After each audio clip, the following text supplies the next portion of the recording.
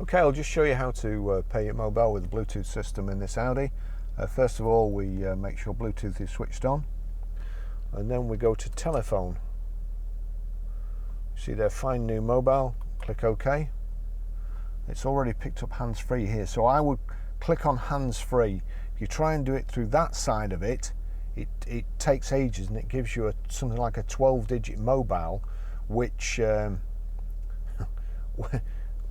and a couple of seconds to put the number in. So we've got Audi BT, there we go.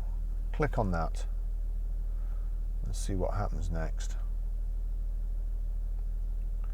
Right, pin 1234, 1 2 3 4, pair, allow. Okay, so you're best doing it that way. That's it connected. Let's just return.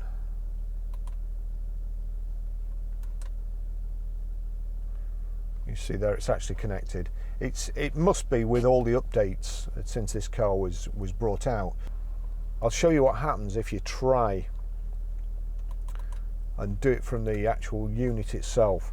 So from any screen, make sure Bluetooth is switched on. Bluetooth's on there.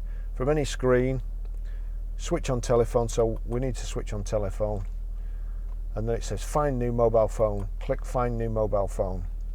It's showing up on here already, which is good.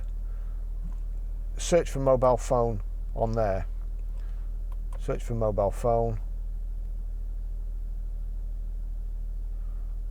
So it's found my phone. So if I click yes, please enter the following pin. 304 could not establish connection, the time limit was exceeded.